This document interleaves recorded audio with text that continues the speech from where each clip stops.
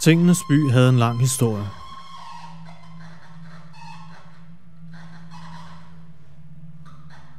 En gang for længe siden boede mennesker, dyr og ting her sammen. Men en dag forsvandt alle menneskene, og tingene så dem aldrig igen. De vidste ikke, hvorfor menneskene forsvandt, men de savnede dem heller ikke.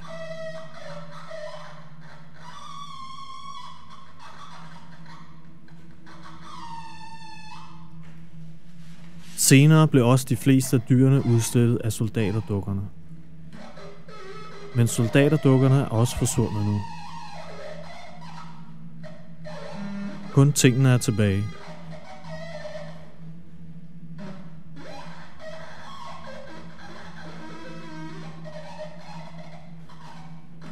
Tingenes by var en fri by.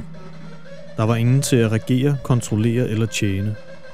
Tingenes by var et lykkeligt og fredeligt sted. Byen sov altid om dagen og vågnede først ved mørkets frembrud.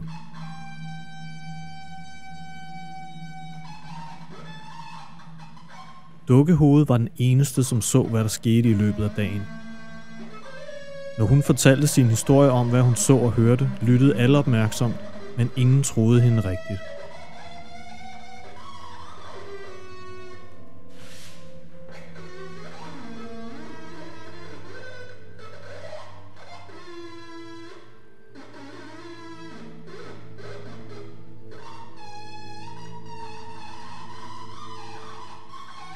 Tidligt om morgenen blæste den kølige vind, som varslede efterårets komme igennem byen. Byen døsede hen. Tingene begyndte at drømme. Husene havde svært ved at falde i søvn, for vinden kildede dem, når den blæste igennem deres knuste ruder. En lang dags hvile ventede på alle i byen. Eller næsten alle. Dukkehovedet sov aldrig på grund af sin kroniske migræne.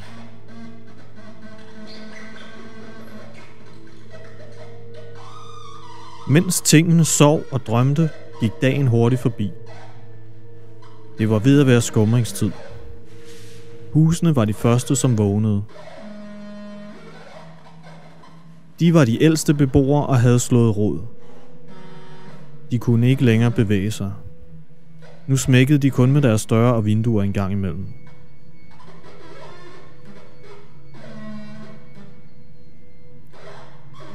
Bøgerne, magasinerne og aviserne var de næste, som vågnede. De havde svært ved at sove længe, for vinden kildede også dem. Det havde de dog ikke noget imod, for vinden blæste også støvet af deres sider. Pariserhjul vågnede også og begyndte forsigtigt med sine knirkende bevægelser.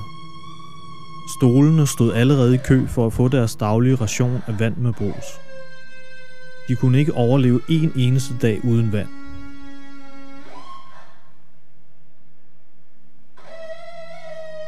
I Tingenes by begyndte indbyggerne at røre på sig. Tallerkenerne og køkkenredskaberne skulle holde fest, og alle i byen var inviteret.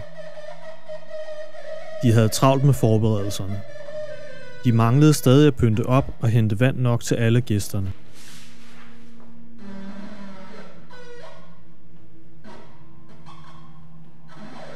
De første gæster, stolene, bankede på døren allerede ved midnat. De kunne ikke vente længere, så tørstige som de var. Inden længe var alle gæsterne på vej. Dukkehovedet, Teddybjørn, som altid ledsaget af sit hoved, uret, gitaren, ovnen, stigen, skabet, og sidst men ikke mindst de fortravlede og altid forsinkede magasiner og aviser. De fulgte alle den gamle røde løber op til hoveddøren. Han var meget glad for at være i brug igen.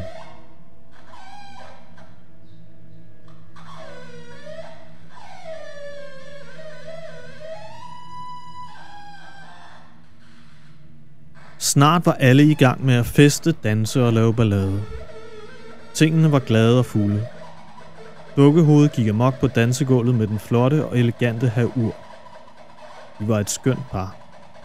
Alle syntes, det var en dejlig fest. Om morgenen var alle faldet i søvn og kunne ikke gå hjem, før det blev mørkt igen.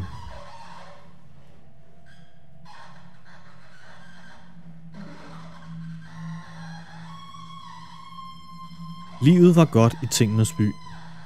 Byen havde en tro på, at engang i fremtiden, om mange år, ville alle byer på jorden være som Tingenes by. Tingene sov nu, og i deres drømme så de den evige verden, den evige galakse, omskabes til Tingenes imperie, omskabes uden nogen form for krig. Men mens deres søde drømme nåede højdepunktet, skete der noget på den anden side af jorden. I den lille have under det gamle pæretræ havde bakken sprængt sine lænker og var begyndt at vokse. Den voksede sig større og større, voksede til et bjerg og bang! Bum!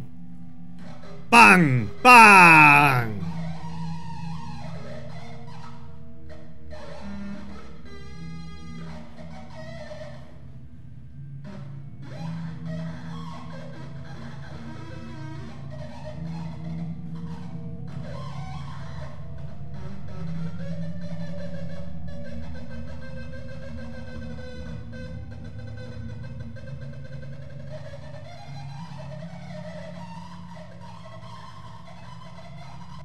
Intet var tilbage.